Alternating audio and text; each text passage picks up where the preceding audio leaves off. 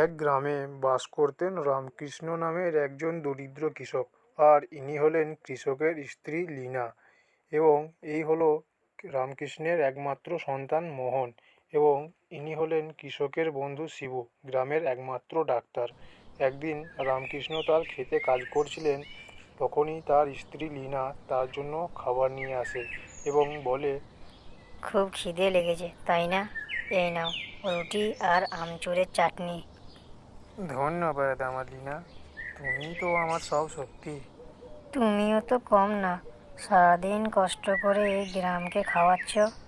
কিন্তু মোহনের ওষুধটা?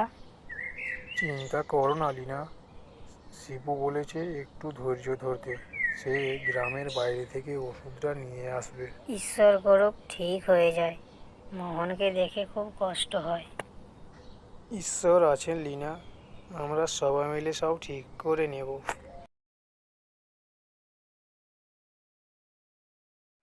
রামকৃষ্ণ, একটা ভালো খবর আছে। কি খবর ডাক্তারবাবু? আমি মোহনের ওষুধটা নিয়ে এসেছি।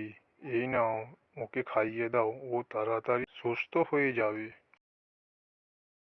বাবা, আমি সুস্থ হয়ে গেছি। এখন আমি আবার খেলাধুলা করতে পারবো। হ্যাঁ আমার বাচ্চা, অবশ্যই পারবে, তবে সাবধানে।